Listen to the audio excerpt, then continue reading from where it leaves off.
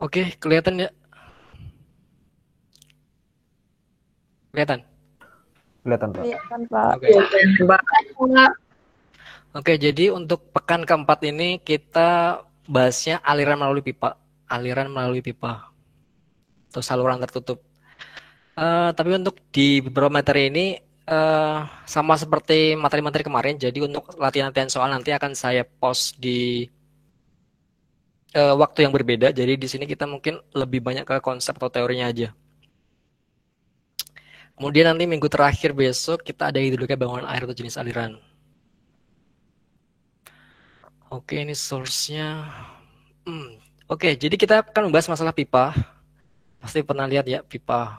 Pipa di kamar mandi, pipa di jalan-jalan kayak gitu. Nah, kita akan membahas eh, pergerakan air dalam pipa ini. Nah, gitulah pekerjaan teknik sipil ya. Air di sini diprediksi maksudnya debitnya berapa, kemudian ukurannya seberapa. Kemudian kekasaran pipanya harusnya seberapa. Intinya kita akan membahas banyak masalah pipa seperti ini. Ini kalau dilihat size-nya 54 inch. Ini lokasinya di City of Hammond. Kayak gini. Jadi melihat bentuk pipanya ini, kita perlu menganalisis untuk ditempatkan di wilayah X misalnya. Kita harus menentukan diameternya berapa, kemudian nanti volume air yang boleh masuk ke sini itu berapa. That's how it works. Oke, jadi pipa itu ada banyak. eh, ada pipa untuk ini, untuk bahan-bahan kimia. Kemudian ada untuk pipa air minum, pipa limbah, sanitary combined shower. Kemudian apa lagi ya? Ada pipa untuk ini, limpasan air hujan. Ada juga pipa yang nanti akan digunakan untuk keperluan air bersih, keperluan air baku dan lain sebagainya.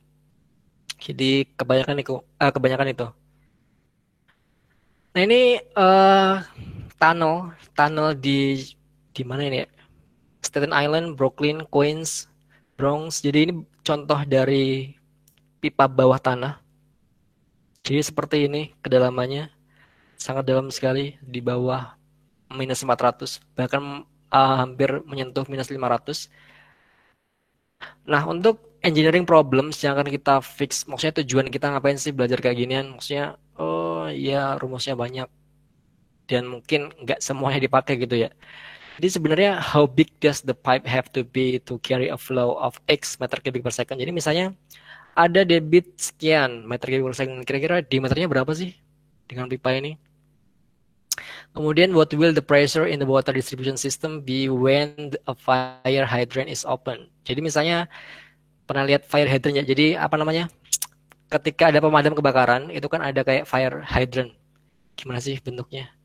Nah, istilahnya maksudnya air di sini itu tekanannya berapa sih ketika nanti ini dibuka? Nah, kayak gitu nantinya. Contohnya. Kemarin kita udah bahas masalah persamaan Bernoulli ya. Kalau persamaan Bernoulli di di apa sih namanya? Tempat yang statis itu mungkin tidak terlalu masalah. Mungkin yang menjadi masalah adalah ketika nanti ada lubang di sini, bocor gitu kan, ada flow-nya berapa. So, we need a new dynamic approach to fluid mechanics. Jadi perbedaan atau perhitungan untuk menganalisis ini dan ini itu sangat berbeda. Pasti lebih kompleks yang dynamics. Oke, ini membahas masalah persamaan Bernoulli di kemarin, pertemuan kemarin ya. Kita punya pressure head, velocity head, elevation. Jadi cuma ini sebenarnya rumus Bernoulli itu. Kalau equation kontinuitas berarti kan QA sama dengan QB. Debit A di titik manapun itu pasti sama dengan debit B outflow dimanapun. Kayak yang soal quiz tadi. Nggak perlu ngitung banyak. Kalau udah diketahui debit A, debit B pasti seperti itu.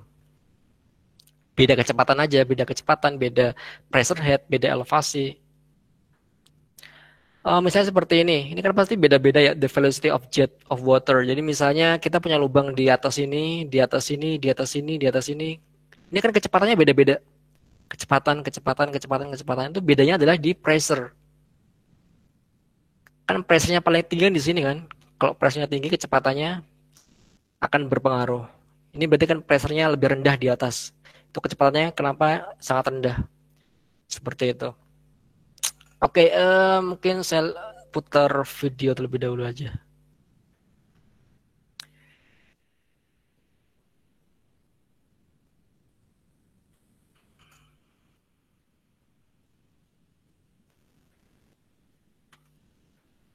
Wait for.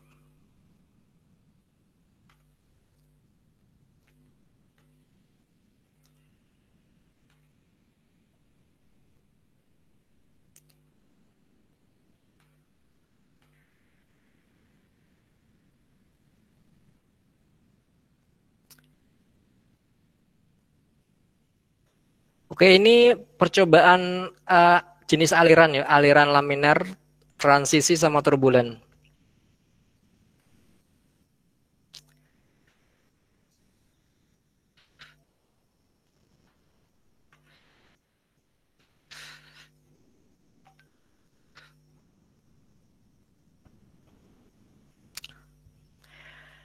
Kalau laminar biasanya lurus, kalau transisi mulai bergelombang, kalau turbulen biasanya lebih bergelombang.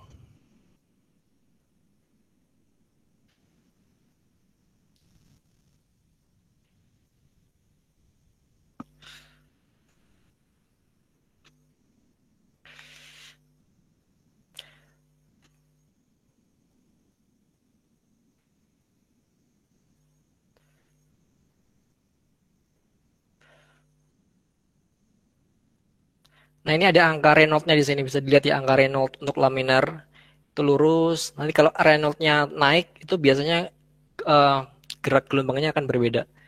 Udah mulai ke aliran transisi. Kalau misalnya nanti naik lagi masuk ke turbulen biasanya.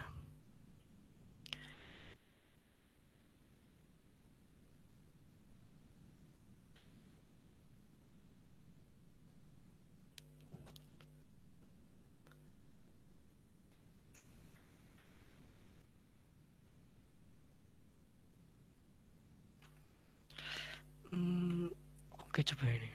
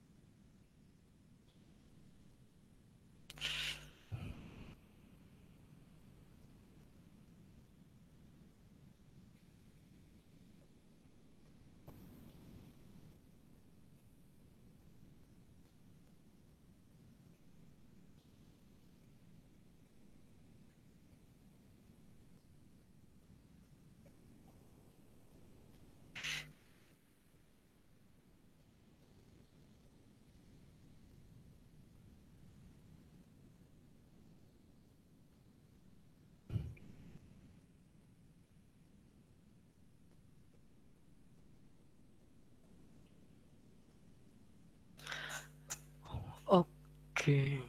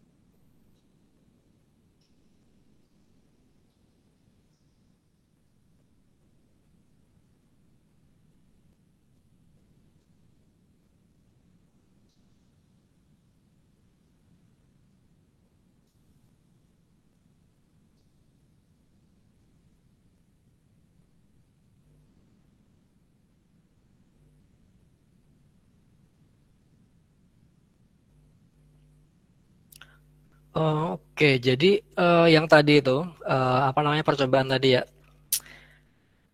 akan berpengaruh pada dipengaruhi pada luas penampang tadi, luas penampang pipa, kemudian kecepatan luas penampang, terus kemudian kan tadi beda-beda ya bentuknya.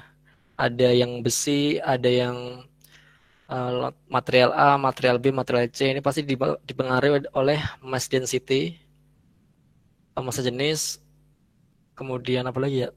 Ukuran, size, dan lain-lain. Jadi eh, ketika kita berbicara aliran dalam pipa, semuanya tergantung pada yang telah kita bahas pada apa sih namanya tadi? Bernoulli equation.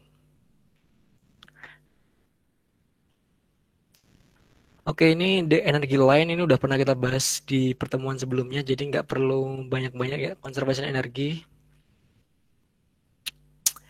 heat supplied, heat given to a turbine, mechanical energy convert to a thermal, downstream. Ini juga masih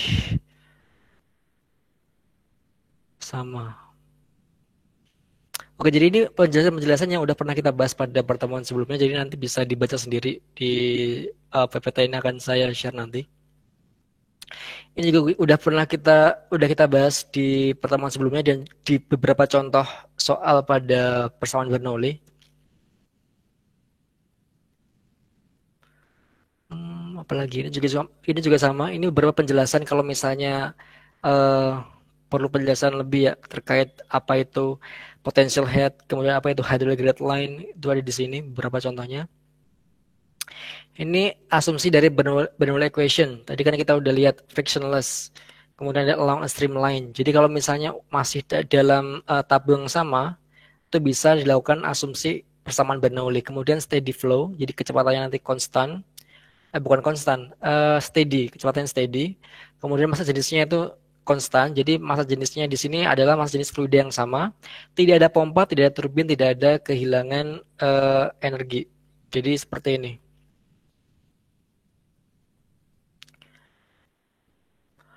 Oh, ini sama ketika kita berbicara masalah pipe flow, aliran dalam pipa, kita udah pernah bahas pada contoh di pertemuan kemarin. Saya udah share salah satu contoh soal menggunakan persamaan ini.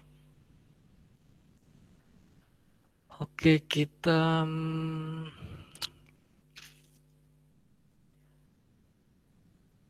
ini masih persamaan Bernoulli ini. Oke. Oke, kita masuk yang ke aliran dalam pipa. Jadi kan misalnya kalau kita berbicara masalah aliran dalam pipa, akan biasanya berbentuk penampang lingkaran ya, berbentuk penampang lingkaran seperti ini. Kemudian biasanya alirannya penuh, penuh air di sini. Jadi untuk tekanan zat atmosfer itu pasti beda-beda. Dan untuk kehilangan tenaga pada aliran dalam pipa, kita biasanya menyebutnya dengan hukum Darcy. Darcy-Weisbach. Weisbach terusnya gini ya, Weisbach. Oh sorry, Weisbach. Darcy-Weisbach. Weisbach. Jadi misalnya seperti ini ya, ini ada pipa, kemudian ini datum ya, ini datum. Masih ingat cara ngerjainnya, cara gambar ya. Seperti ini. Ini adalah elevation Z, kemudian ada pressure head di sini. Pressure head, pressure head, kemudian di sini velocity head. Oke, jadi ini Z1, ini Z2, ini P1 per gamma, V1 kuadrat per 2G, P2 gamma, V2 kuadrat per 2G. Kayak gini. Jadi rumus Bernoulli-nya adalah Z1 tambah P1 gamma plus V1 kuadrat per 2G sama dengan Z2 plus P2 gamma plus V kuadrat 2G plus HF, kehilangan tenaganya. Jadi kalau misalnya penambangnya di sini konstan karena diameternya sama ya, biasanya itu kan ada dalam pipa yang tadi kita bahas kan kebanyakan diameternya sama, seragam. Jadi nggak berubah-ubah seperti itu. Sehingga untuk kecepatan kemungkinan juga sama. V1 itu sama dengan V2. Sehingga di sini HF bisa dihitung sebagai Z1 plus P1 gamma min Z2 plus P2 gamma. Jadi dari sini ya, dari sini kemudian V-nya ini dicoret. Jadi tinggal ini persamaannya kita mencari HF. Sehingga dari sini kita bisa tahu Z1 min Z2 itu adalah delta Z. Kemudian P1 min P2 itu delta P per gamma karena gammanya sama. Nah, kemudian kehilangan tenaga sama dengan jumlah dari perubahan tekanan dan tinggi tempat. Jadi kehilangan tenaga dalam satu aliran dalam pipa itu dipengaruhi oleh dua ini. Z itu adalah perbedaan elevasi, delta P adalah perbedaan uh, pressure. Jadi delta itu biasa diartikan sebagai selisih atau perbedaan. Oke, kemudian pada gambar ini sebenarnya alirannya itu konstan antara P1 dengan P2. Dan jarak antara 1 dan 2 itu kita sebut sebagai apa ya ini? Delta L misalnya. Delta L. Kemudian dengan rumus hukum Newton 2, hukum Newton 2 ya. Masih ingat pasti hukum Newton 2. F sama dengan M dikali A. F sama dengan P1 dikali A min P2 dikali A plus gamma A delta L sin theta minus tegangan P delta L M dikali 0. Jadi untuk sudutnya itu sebenarnya di sini sudutnya. Ini alfa, kemudian ini ada berat sendiri W. Kemudian ada tegangan geser tuh di sini. T0 di sini. Oh, itu ada tegangan. Sehingga kita bisa merumuskan rumusnya menjadi seperti ini. Kemudian dengan P ini, P itu perimeter di sini ya. P ini tanpa ada angka itu perimeter atau keliling basah pipa. Sehingga bisa diartikan sebagai ini. Jadi P1 min P2 itu delta P dikalikan luasnya sama. Kemudian berat jenis A delta L sin theta min TOP delta L sama dengan 0. Karena percepatannya konstan, berarti tidak bisa diabaikan. Kemudian kedua ruas antara ruas kiri dan ruas kanan ini dibagi dengan kedua ruas dibagi dengan A kali berat jenis. Hasilnya adalah seperti ini, delta P per gamma plus delta L sin alpha minus tau P delta L per gamma dikali A sama dengan 0. Sehingga ini delta P per gamma plus delta Z. Jadi dengan sama dengan perubahan elevasi yang Z1 min Z2 itu. Sama dengan tegangan P delta L gamma dikali R. Atau bisa ditulis sebagai HF sama dengan T0 atau tegangan dikalikan delta L per berat jenis dikalikan R.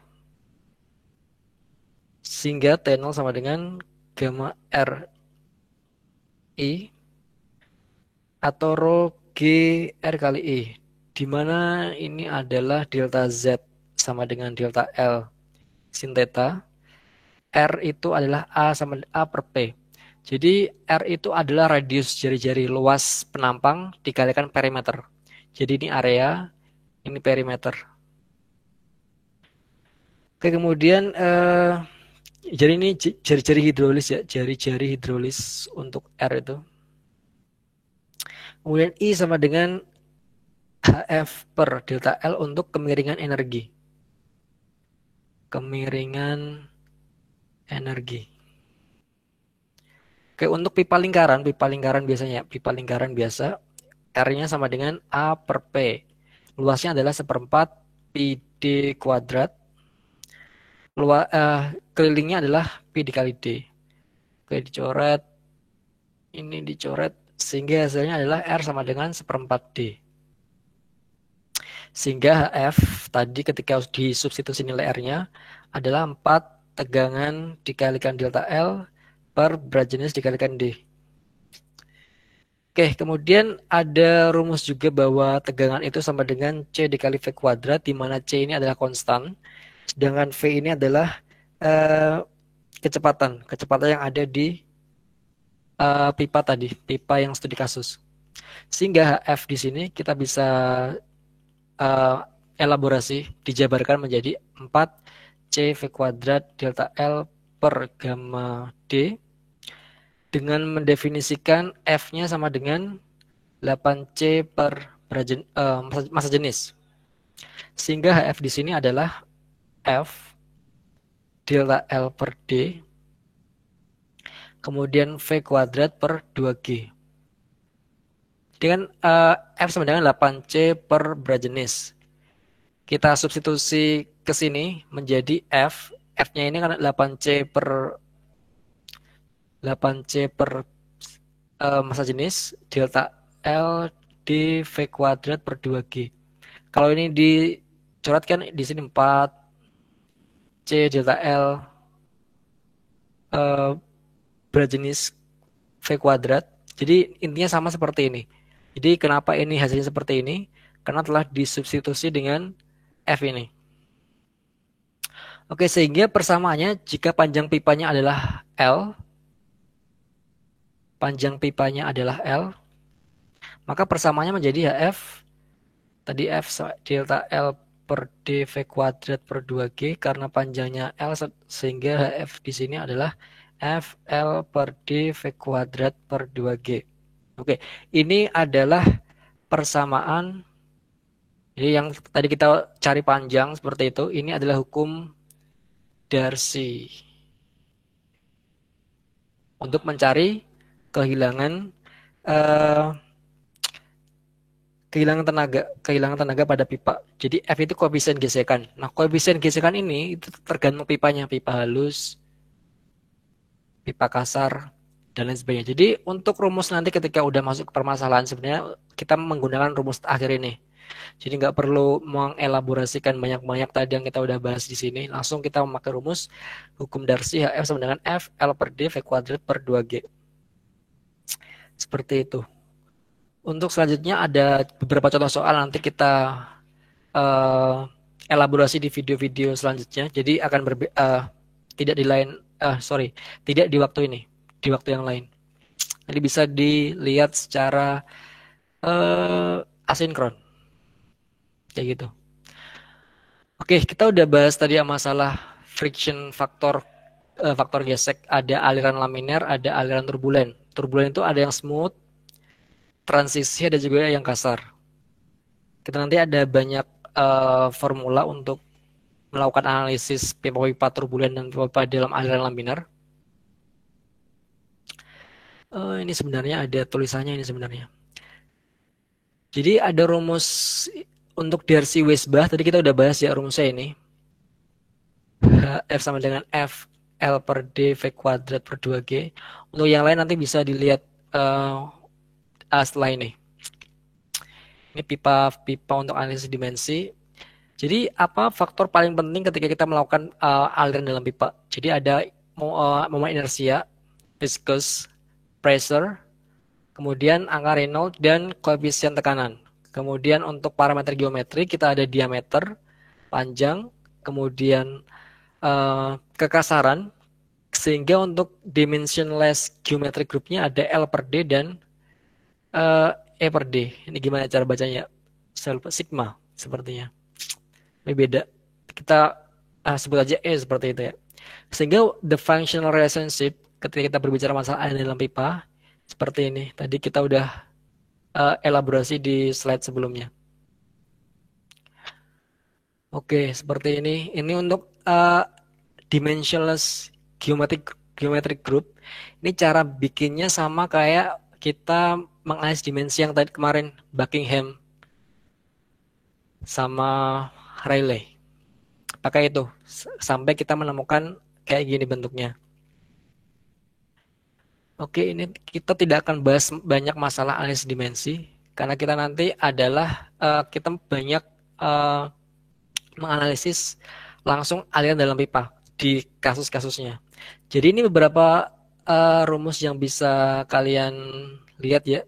Jadi ada rumus HF. HF di sini beda-beda. Kenapa beda-beda? Ini tergantung jenis pipanya. Ada pipa halus, pipa kasar, dan lain sebagainya. Jadi sebenarnya tinggal masukin aja. Tapi perlu diingat bahwa tiap jenis pipa itu nanti ada perbedaannya. Entah itu kehilangan tenaga, entah itu koefisien gesek. Nanti bisa dilihat di video contoh soalnya. Oke, ini viscous flow in pipes.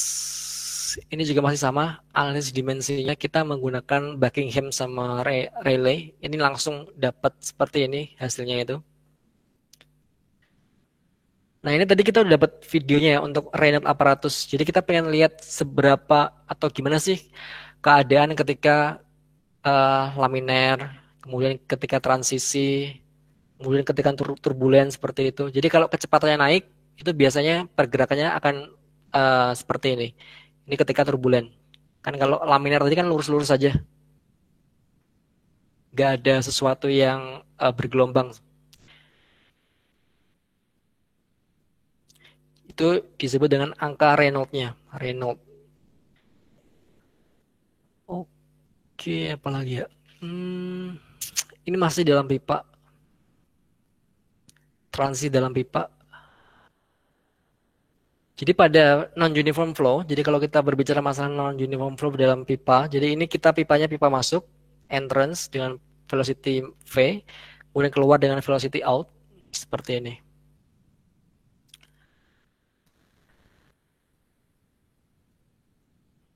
Nah, bentuknya akan seperti ini. Kalau misalnya di secara ini ya, satu dimensi, bentuknya alirnya seperti ini. Ini ketika kita berbicara masalah aliran laminar turbulen, itu gambarnya akan seperti ini. Simulasi untuk turbulent flow coming out of tailpipe. Jadi ini pipa, kemudian ada aliran yang mengalir dari situ. Nah, itu kan kecepatannya biasanya tinggi. Nah, bentuknya akan seperti ini. Nah, yang turbulen itu bentuknya akan seperti ini. Turbulen. Kalau ini laminar, lebih kalem seperti itu. Kalau turbulen biasanya lebih apa ya? Ramai, lebih bergelombang. Oke, ini beberapa case aja sebenarnya, nanti bisa dibaca sendiri ya. Tidak perlu saya baca semua di sini. Karena kebanyakan di sini hanya beberapa teori yang mendukung saja. Ini masih aliran laminar. Oke.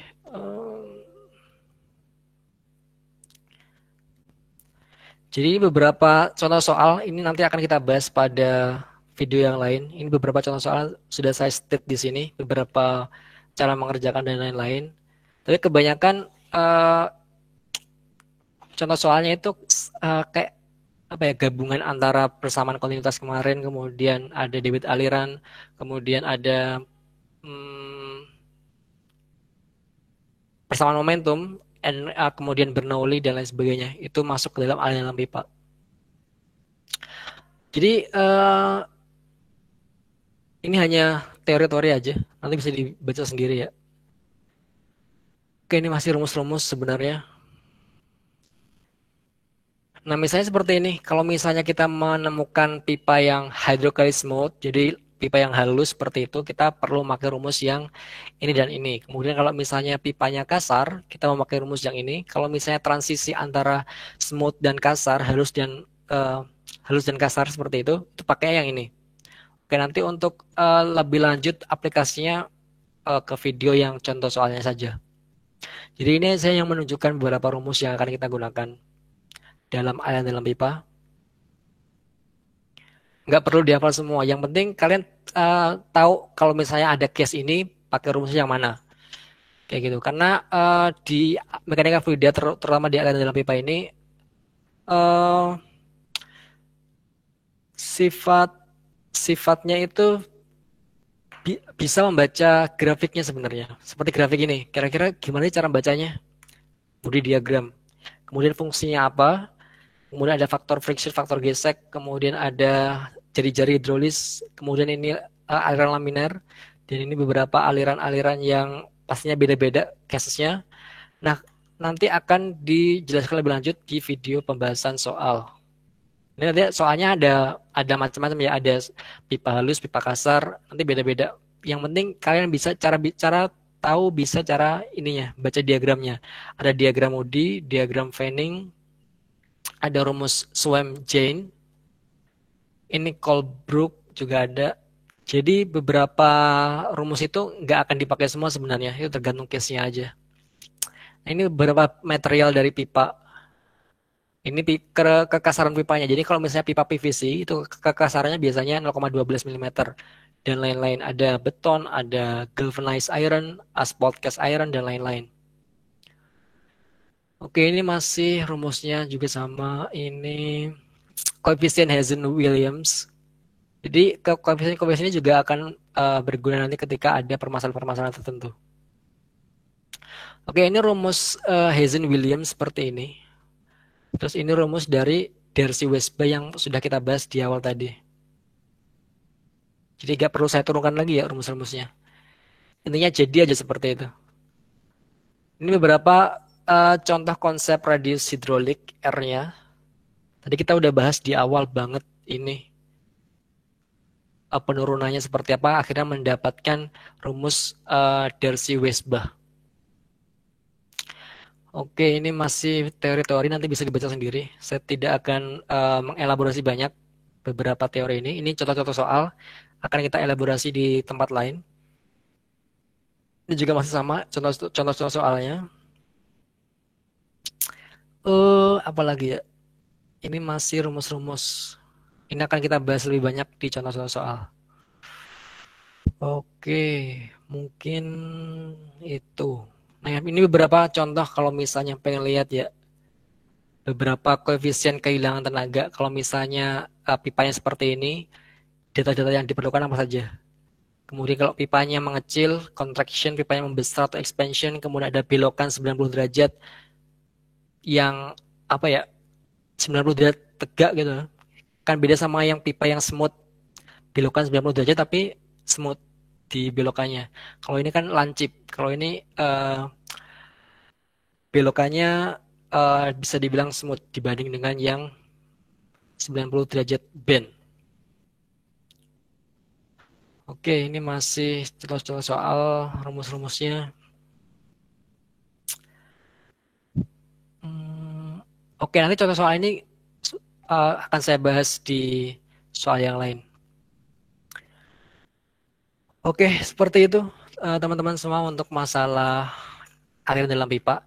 Jadi rumus utamanya tadi ya, masalah hukum Darcy-Weisbach. Kemudian rumus utama yang tadi, contoh-contoh soalnya, maksudnya contoh-contoh rumusnya, ketika pipa kasar, pipa halus, kemudian belokan 90 derajat, itu pasti beda-beda case-nya nanti. Kemudian ada juga yang tadi masalah apa tadi ya? Ini data-data ini mungkin yang paling penting ini, Moody diagram sama Fanning diagram. Cara bacanya seperti apa ketika kita berbicara masalah aliran dalam pipa. Nanti kita bahas di video yang lain untuk khusus pembahasan soal. Oke, mungkin itu aja untuk sesi aliran dalam pipa pada pertemuan pekan ini. Kira-kira ada pertanyaan sebelum saya akhiri? Assalamualaikum Pak. Waalaikumsalam. Izin bertanya,